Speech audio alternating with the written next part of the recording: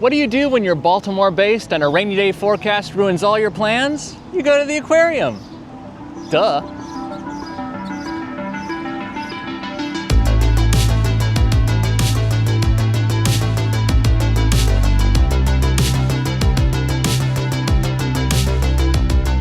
The Baltimore Aquarium, more officially known as the National Aquarium in Baltimore, is home to more than 20,000 specimens across over 750 species. And although I swear we didn't know it when we made our plans, our June 8th visit also happened to coincide with World Ocean Day. I mean, what better place to celebrate than at one of the best aquariums in the country? Now, what with the weather looking unfavorable, there is one outdoor thing we want to make sure we do. This is a newly opened exhibit in 2024. We've not been here since it's been open. Look at this. Wow, the marshlands. Are we out on a little date? Just off to Sunday brunch in the marshlands? So you do not need a ticket to enter the harbor wetland presented by CFG Bank. This is an exhibit that is open to all. Anyone in the inner harbor can walk up on this and enter as long as it's open. And it's not always, because weather does play a factor here. But it is today. Now, I will say we are visiting at kind of an unfortunate moment in time because there was a recent diesel oil spill in the inner harbor. They have protected this area from it. So out in the inner harbor is not advised that you swim right now, and some of the animals may not be here because of that spill, because they won't be able to access this area without going through the inner harbor, which is currently not the cleanest. But they've done a good job of setting up an environment here that is safe and protected from all of that, in the name of conservation. Just a little tidbit here on the Wetlands soundtrack. This is an original composition by the same composers behind the Voyage series, which was an edutainment series here at the National Aquarium. As you move across the dock, listen for how the soundtrack changes. The dock's a pretty small area, so it doesn't change that much, but it is captivating and very zen. Let's just listen.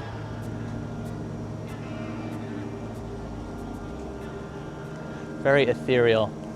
I dig it. Here is an approximation of all the species that take up residence here. I say approximation because it varies from season to season, and as I said, right now, a lot of these animals are staying away because of the spill in the inner harbor, but we did see mallards, so we know that some residents are here to stay. This is a artist's recreation of how it works. How man-made, planted, and constructed wetlands combine with the power of nature to create what you see here. And this kind of shows all the different layers. You have like this recycled plastic material that kind of mimics like a soil bed of sorts. And then they built these aerators that keep the water bubbling and moving so that it doesn't get stagnant and algae doesn't bloom. And then you have the wildlife like the oysters and the plants with their roots and the barnacles and things that start cleaning the water and creating the environment. It's very cool. This is actually the second attempt to build a wetland environment like this in the inner harbor. The first was very, very small, and they had great success with it. They noticed that wildlife was moving into that little, it was like a 10-foot piece of floating land that they buoyed in the harbor.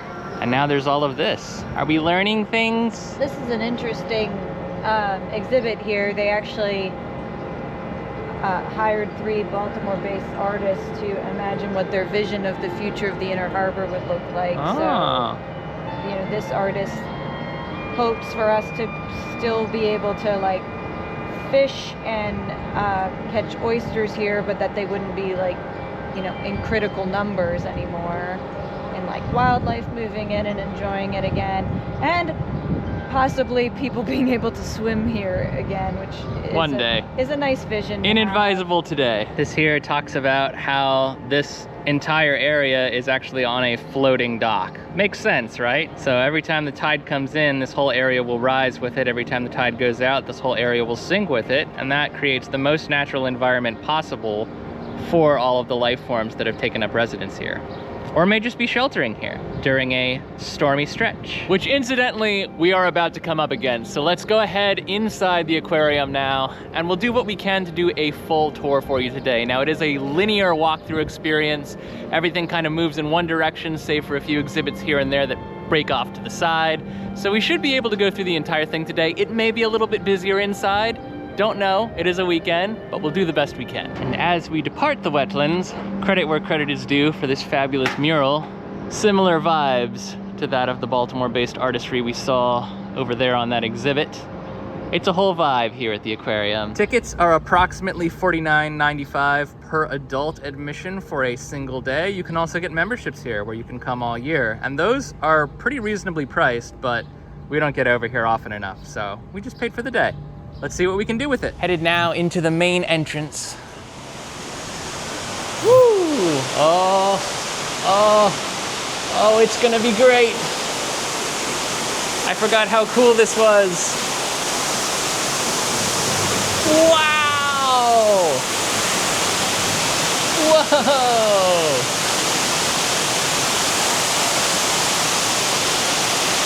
This is so cool! This is why Baltimore gets to hold the title of the National Aquarium. We do everything at grand scale. Not only is this a beautiful exhibit, it also teaches you things. Deep in Maryland forest, freshwater tumbles over rocky hillsides, just like this. And these are the kind of animals you can find there. Mostly just the one kind. So the first thing that's gonna happen when you walk in is you're gonna get your photo taken, and you'll have the ability then to pick up a photo package if you want it. Then we have lockers, restrooms, stroller check if you brought one you don't wanna lug around. And then I think we're headed upstairs to the first of the exhibits. Up we go. We are being greeted by a megalodon. And that's how big these jaws used to be. Hello. Hello. Have you been eaten? Yes. So all of the exhibits, as I say, linear order to them. We're gonna go this way to start our day. And we're gonna be greeted by the first animal exhibit of the day. Just in time. We have a turtle. A turtle that lives its life mostly on land, like a Galapagos tortoise, like a box turtle. They're gonna have more of a tall shell shape, kind of like a dome. So he's got that taller dome-shaped shell. He's more of a land turtle. Box turtles are not good at swimming. Leo here likes to lay in his water dish, but his water dish is only about that deep. On to the main exhibits, which are all over the place. Okay, we actually do have kind of a split here. We can go to the glass pavilion with Australia. We can go to dolphins and jellies over there, or we can go to reefs and rainforest this way. I'm inclined to start with reefs and rainforest. Yeah, let's do that.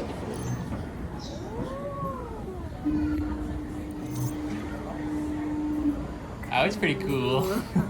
This is our first view of the It's the reef. it's the reef. Sharks. Sharks and lots of other things. zebra shark? Ooh. Yeah. Neat.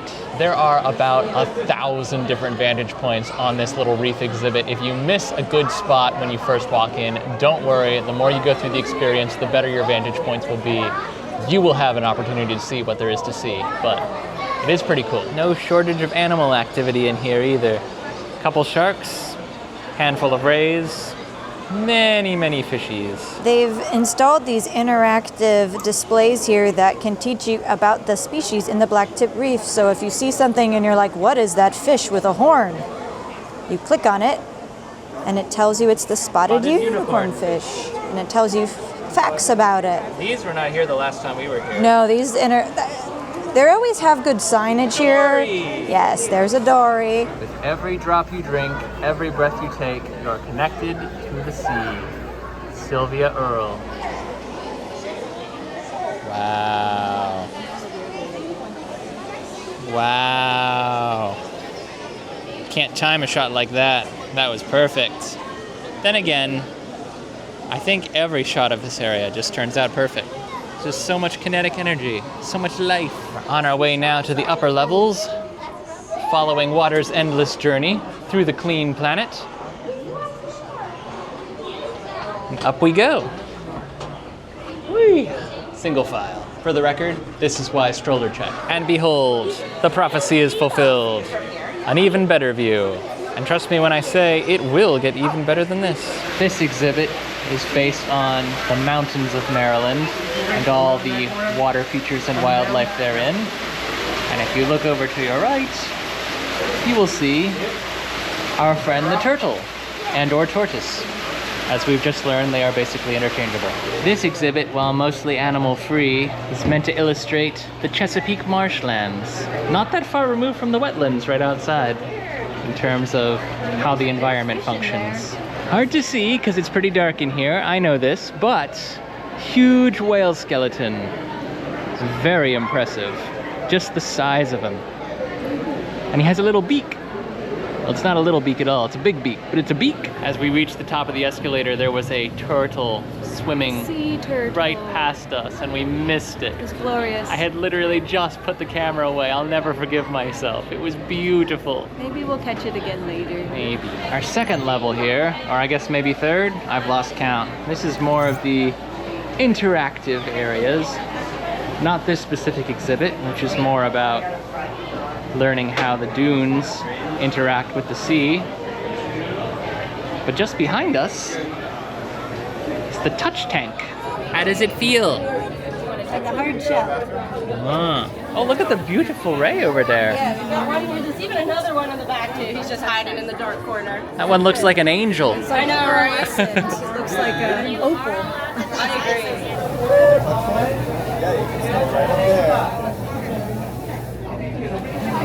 Hey, bud.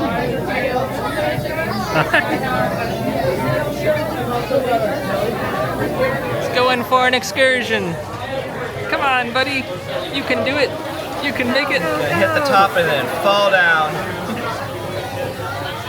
This is so that they don't steal the clams from the snails. And they would try. Oh, he's emerged. They have a really good sense of smell. Oh, they actually smell with their feet. But over on this side, the snails, they take all day. Wow. If a horseshoe crab were to run into a snail trying to eat the snail, would have to start all over again. Oh no! Welcome to Gently Touching. KO! Oh no! Boy eyes. Yeah, that little one down Be there. careful. And I promise they can't hurt you. The rules are just to keep them safe because all of their Wow. stomachs sit on the bottom. Don't touch the ones that are flipped up. Nope, those ones are not for touching. No line at all for the touch tank. Huge line for the hand washing station. But it is important to wash your hands after you've handled aquatic wildlife.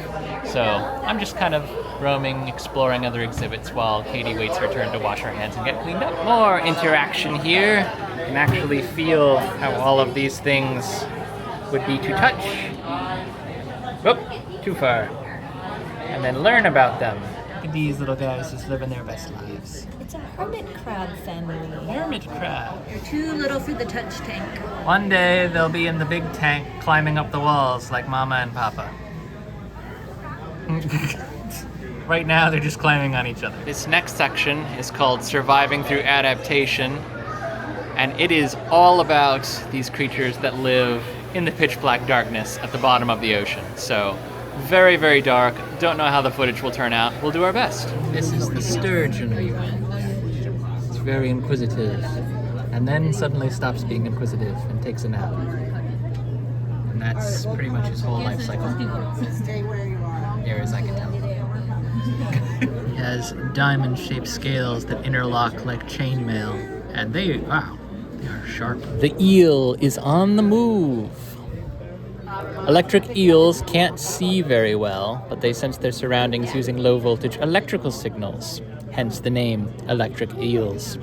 They actually have a display above this tank that detects in real time whether or not the eel is sending out electrical charges.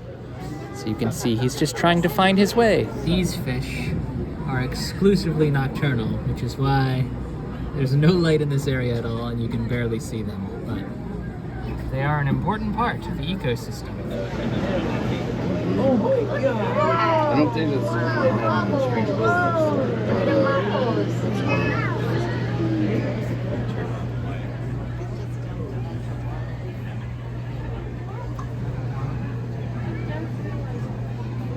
That's a golden tail Mural.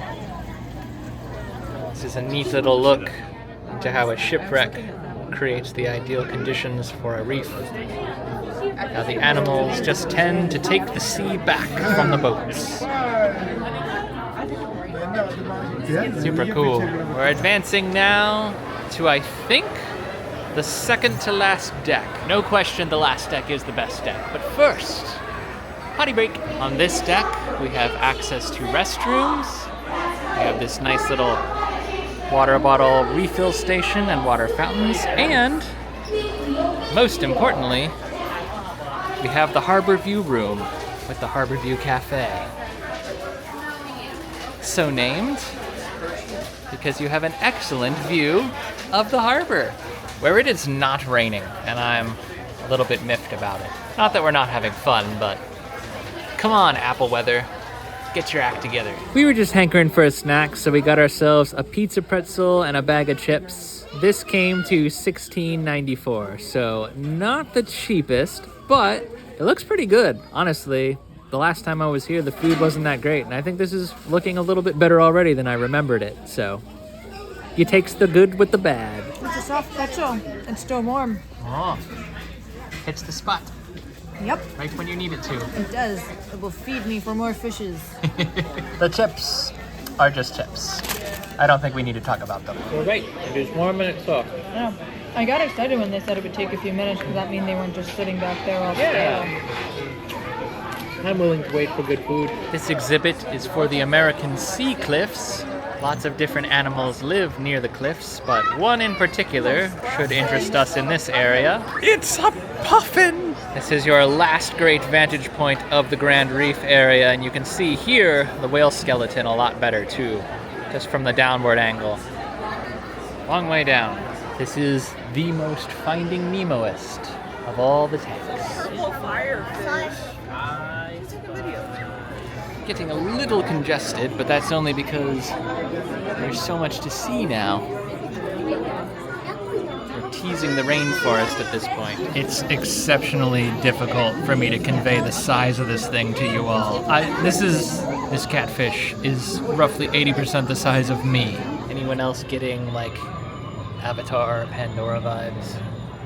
Or bioluminescent fish? It's time! One person at a time through the rotating doors. It's the best part of the day! I love just hearing it approach. Wow!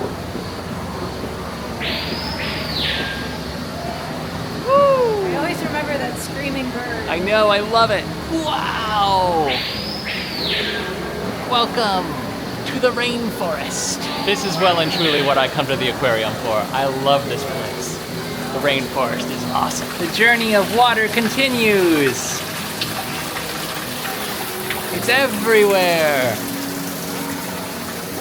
Wow! In the event that you never saw an episode of the Magic School Bus, the tropical rainforest has animals living on different tiers, including the Emergent Tier, which is the highest, the Canopy, which is near the top of the treetops, the understory, and the forest floor, which is where you and I tend to walk. Wow, dude. I love this place.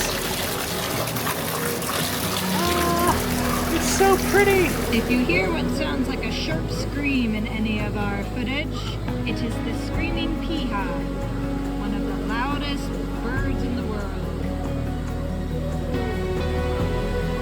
He's not screaming right now, though. Guess he's taking a break. The birds in the back are called macaws. Because of their claws? No, because they're macaws.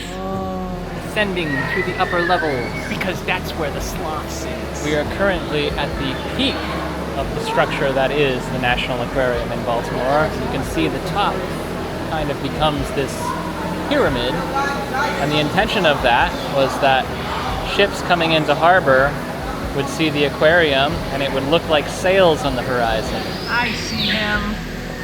This is information about our sloth. Not sure whether we have one or two in here. We've seen the one. They are adorable, but they're always sleeping, so you never get a good look at them. A red-faced cardinal. Much different than the cardinal we're used to seeing in this area. Greening, all cleaned up. Woo! A tortoise. So look at that. The closer you are to the rainforest floor, the cooler the temperature is going to be. And this environment has been designed just so you can physically feel the temperature rise as you ascend that staircase and then lower as you come back down. It's really cool. They say not to touch, but you can get pretty close. I think it's closer than I've been in like Animal Kingdom. I know. You never have to worry about this area because this guy's keeping an eye on things. As we prepare to exit the rainforest canopy, we're given a send-off by these dart frogs who are behind glass for their safety, and maybe yours, depending on their diet. Alas, all good things come to an end. Whoa! Almost missed my window. I know you can't see us at all, but this is a fun little escalator ride. I don't think there's any boring escalators in this place once Not you a get one. to the exhibits. It's great. Now we're getting to see the other side of this reef. What you pointing at? I think I saw something coming this way, but Well, there's lots coming this way. They swim all the way around. it went under the bridge. What you see behind me is a multi-layer decline ramp that takes you all the way back down to the start of the aquarium exhibit. So this is our last leg of this particular side of the aquarium, and we've got Australia and the dolphin area to cover, and we're done. It's not huge, but you could spend a lot of time here if you get interested and take your time with the exhibits. Please watch your step. Good advice. Down we go. Sorry for the terrible camera quality. It's very dark in here. Good for vibe, bad for filming. Now you can see areas of the reef. Same thing we were looking at when we came in, but these areas were not accessible to us. Could not see anything, including that guy who thinks he's being clever. I see you. Yes, hi. Yeah, he's waving at me. These here glowing silhouettes indicate that we are entering shark territory. Welcome to Shark Alley. Hey, bud. You're looking intimidating. Some of them are just resting. They're not up for peopling today. I get it. Just about any open window in the place, inevitably. Your friends will swim into it for you. I've been watching this one do loops, so I know he's about to come back at me. Oh. Hey, brother. Hi. Yeah. Pretty intimidating. This concludes the primary exhibit route. We still have Australia and the dolphin area left to explore. And then, I think we've done it. We are now headed over to the dolphin area and Jellies invasion across this beautiful bridge. How the wetlands looking now? Wet. Well, now they are exceptionally wet because it is raining in earnest, but you see why we did that earlier. There's still people out there. It's a cool view. Yeah. I like that it's still getting some attention, even though it is raining. It is a free activity to do in the Inner Harbor. It's true, but bear in mind, if you do buy a ticket to the National Aquarium, part of that ticket purchase is always going to go back into maintaining exhibits like the Wetlands. So it all evens out. Now, as we head into dolphin discovery, you'll notice that this whole area is a big arena. It's because there used to be dolphin shows here. They do not offer them anymore because there is a renewed focus now on conservation and rehabilitation over entertainment. But the dolphins still live here, so you can come meet them. They may not do shows anymore, but there's still toys and things for the dolphins to play with because they are very playful creatures.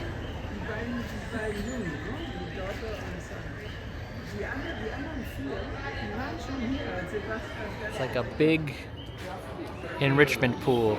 There's also this neat little cafe area here. So in addition to the harbor view area in the main building, you can also grab a bite to eat here if you need one.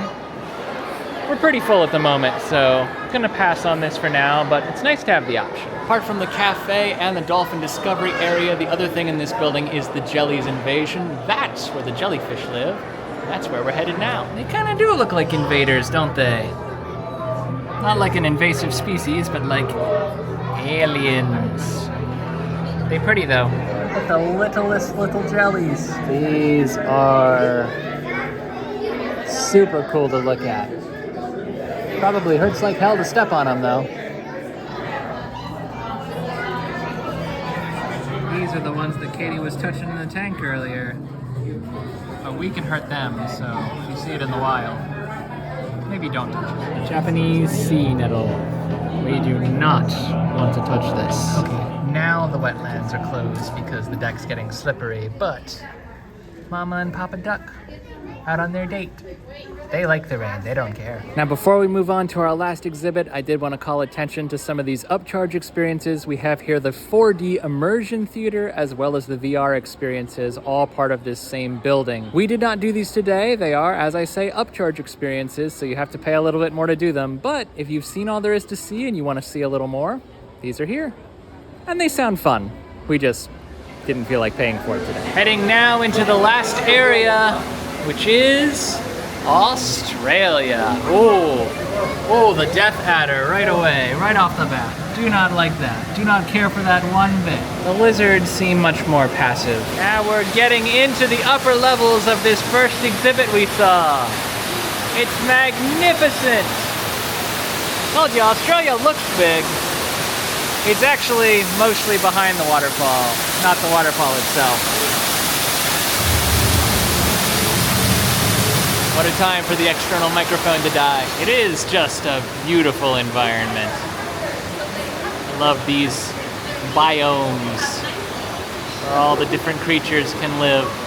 Very Animal Kingdom. What is he called? Desert Goby. Desert Goby. All right, well, Goby a Goby. Hey, buddy. How we doing? Yeah. Coming up for air. Little pig nose. Aww. Huge.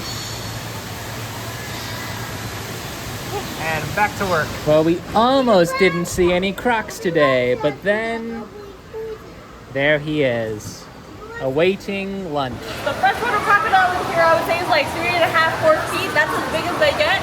This guy was 16 feet long, and they can get much bigger than this. I have seen more than my fair share of these kind. Not so much this kind. Yeah, we were in Animal Kingdom. That was the crocodile. Yes.